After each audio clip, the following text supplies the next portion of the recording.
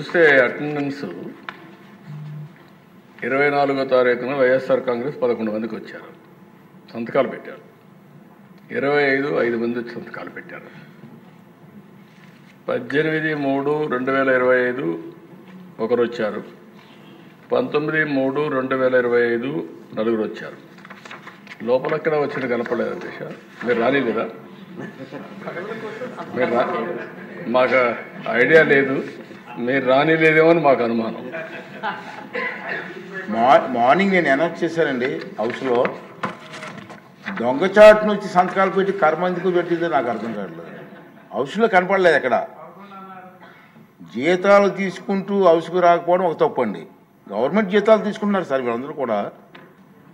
జీతాలు తీసుకొని డ్యూటీకి రాకుండా ఉన్న వాళ్ళు ఏమనాలి సార్ మనం? అదే ప్రభుత్వ ఉద్యోగస్తులు కానీ డ్యూటీకి రాకపోతే ఏం చేస్తాం సార్ మనం? అంటే దీనికి అంటే తెలియని చెప్తున్నాను, ప్రజలకు కూడా తెలియాల్సిన అవసరం ఉంది సార్. అంచేత దొంగచాటును వచ్చి దొంగ సంతకాలు పెట్టే కర్మ ఎందుకు వచ్చింది సార్ ప్రజాప్రతినిధులకి?